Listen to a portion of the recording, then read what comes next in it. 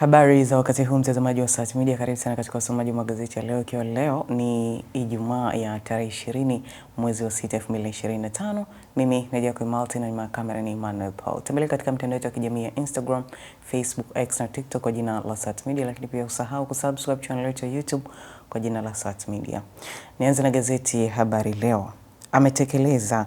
Samia azindua daraja la JP Magufuli kuiunganisha Tanzania na majirani. Lakini awataka wananchi walitunze. Ulega ahidi neema zaidi kanda ya Ziwa.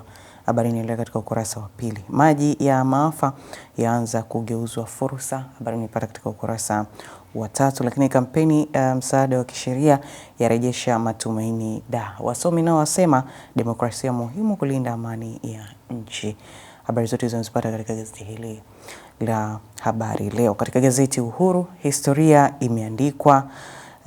Ni Rais Dr. Samia azindua daraja la John Pombe Magufuli, litamaliza changamoto ya usafiri iliyodumu kwa zaidi ya miaka 50. Lakini lina urefu wa kilomita 3, daraja la 6 kwa ukubwa barani Afrika, kanda ya Ziwa yasema saluti kwa Dr. Samia.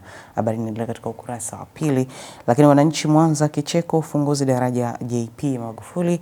Habari nilipata pia katika ukurasa wa 3. Lakini waziri mkuu asema Rais Dr. Samia amedhamiria kuendeleza sekta ya madini. Habari inaendelea katika ukurasa wa 4. Katika kurasa za mbele basi nimalize na gazeti Jamvi la Habari. Rais Dr. Samia ni mpango wa Mungu, uzinduzi wa daraja la JP Magufuli waandika historia Afrika Mashariki na Kati. Lakini mwenyekiti wake amesisitiza ni nadra sana viongozi wa aina yake kupatikana duniani. Lakini utekelezaji wa miradi walioiasisi na mtangulizi wake akiwa makamu ni maelekezo ni kielelezo cha ukomavu, uzalendo na utayari wa kulitumikia taifa.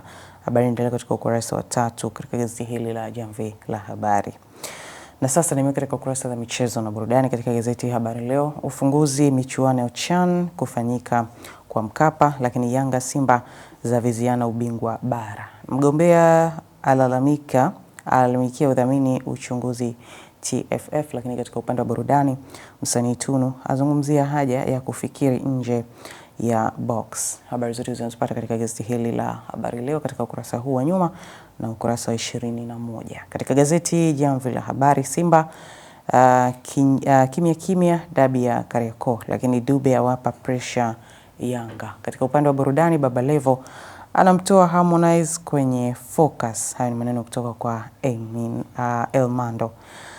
Katika gazeti Uhuru, ubingwa ligi kuu bara waibua Hamdi na Fadlu, lakini michuano ya CHAN kuzinduliwa Agosti 2. Ipate nakala yako hii ya Uhuru kwa habari zaidi. Mtazamaji, na hizi ndizo habari kubwa ambazo zimetokeza katika magazeti haya siku hii ya leo. Tembelea katika mitandao yetu ya kijamii ya Instagram, Facebook, X na TikTok kwa jina la Sat Media, lakini pia kwenye YouTube channel yetu ya Sat Media, na huko usahau kulike, kushare, kucomment na kusubscribe. Mimi ni Jacob Martin na ni makamera na Emmanuel Paul. Basi nikutakia siku njema.